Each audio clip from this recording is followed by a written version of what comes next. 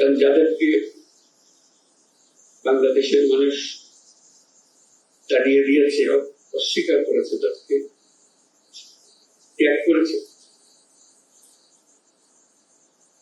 তারা ফিরে আসার জন্য অত্যন্ত ব্যাপক।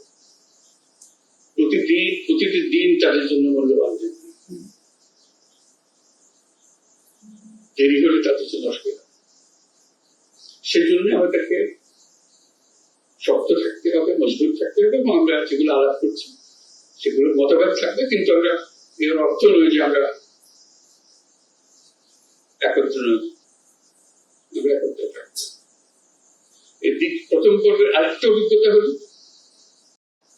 একই সঙ্গে এই যে আপনাদের সমর্থন, জনগণের সমর্থন ছাড়া আন্তর্জাতিক বিশ্বের সমর্থন। আপনারা হয়তো লক্ষ্য করেন সারা পৃথিবী জুড়ে আমাদের প্রতি একটা বড় রকমের সমর্থন গড়ে উঠেছে,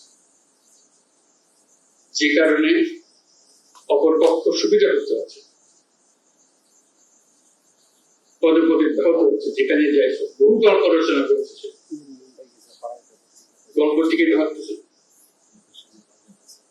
শেষ মিস্টার ট্রাম্পের হাতেই আবার